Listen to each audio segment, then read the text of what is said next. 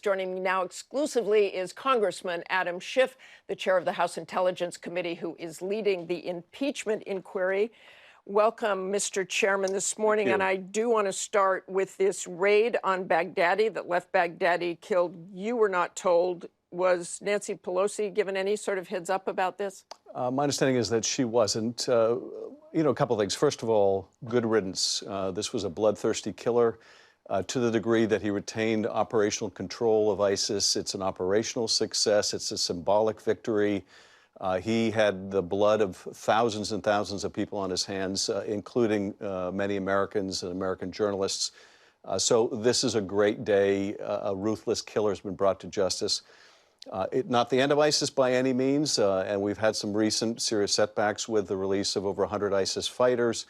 That struggle is going to have to go on, made more difficult by the fact that we have betrayed the Kurds and withdrawn our forces from part of Syria, but nonetheless an important victory against this brutal killer. In terms of notifying the Gang of Eight, that wasn't done. Look, the reason to notify the Gang of Eight is frankly more important when things go wrong. If the president said it was dangerous flying in, the Russians could have shot down American planes. And the Gang of Eight was told about the bin Laden raid. That's my understanding. I wasn't part of the Gang of Eight at that time, but that's my understanding. But had this escalated, had something gone wrong, had we gotten into a firefight with the Russians, it's to the administration's advantage to be able to say, we informed Congress we were going in, they were aware of the risks, we at least gave them the chance to provide feedback. That wasn't done here. I think that's a mistake, but let's not lose sight of the fact it was a success. And a ruthless killer has been taken off the battlefield. But still concerned about those troops coming out? Absolutely. I think it's a disastrous mistake to betray the Kurds this way. I think it just improves the Russian position in the Middle East, something they desperately want. I vehemently disagree with what the president said today about, oh, the Russians loved having us there. That's simply not true, not even remotely I'm not sure what true. he was thanking the Russians for, but... But more than that, the idea that we would pull our forces away from this vital ally, the Kurds, that we've fought with, died by our side, and now we're sending our troops back in to protect oil, so we'll betray an ally, but we'll go back in to protect the oil.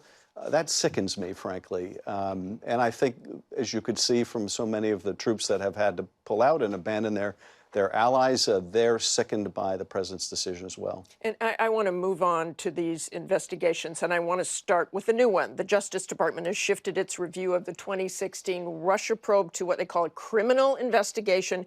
You've said that you have had, quote, profound concerns that the move means that Attorney General William Barr's Justice Department has become what you call a vehicle for President Trump's political revenge.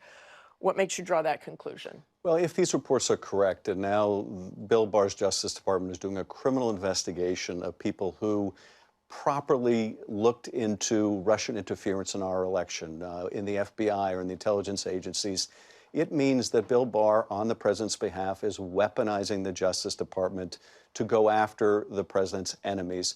I've served for years, I don't anymore, on a commission that would help emerging democracies. And we would always inform the parliamentarians in these democracies, when you win an election, you don't seek to just prosecute the losing side. But this is what Bill Barr is seeking to do.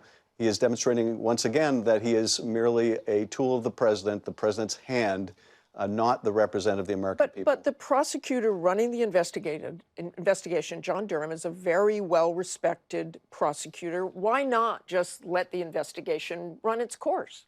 Well, first of all, we have an inspector general who is an independent body who is doing an investigation that's near conclusion.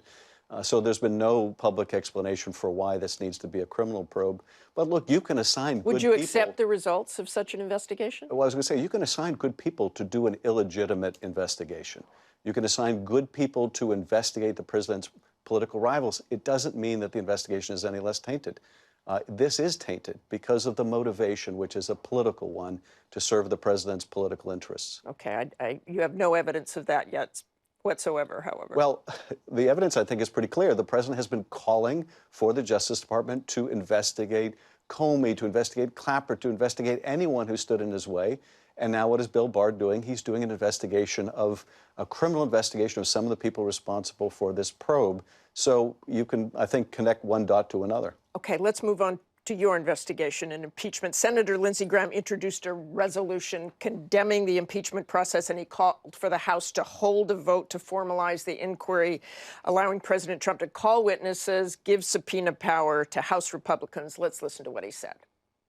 All I'm asking is give Donald Trump the same rights as Richard Nixon and Bill Clinton had when it comes to impeachment. Any impeachment vote based on this process, to me, is illegitimate, is unconstitutional, and should be dismissed in the Senate without a trial. And why not move forward with that request at this point? Well, you know, this is poor timing for Lindsey Graham, because on the heels of his saying he was going to introduce this bill, the court just ruled that his arguments essentially have no merit, that the House of Representatives can proceed as it has with an impeachment inquiry that has been authorized by our leadership, that no vote on the House floor is necessary. So there's no merit to Lindsey Graham's argument.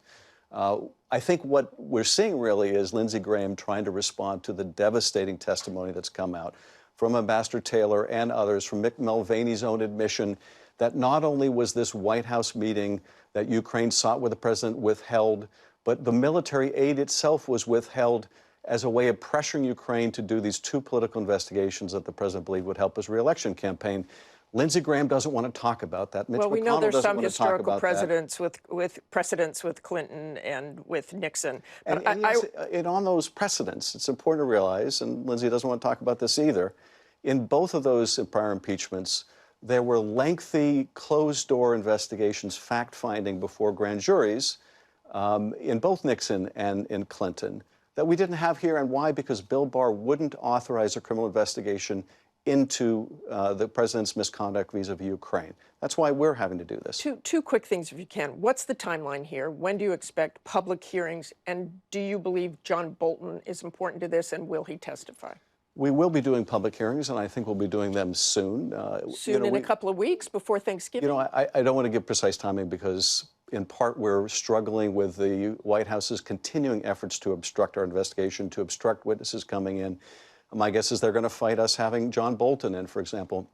John Bolton is a very important witness.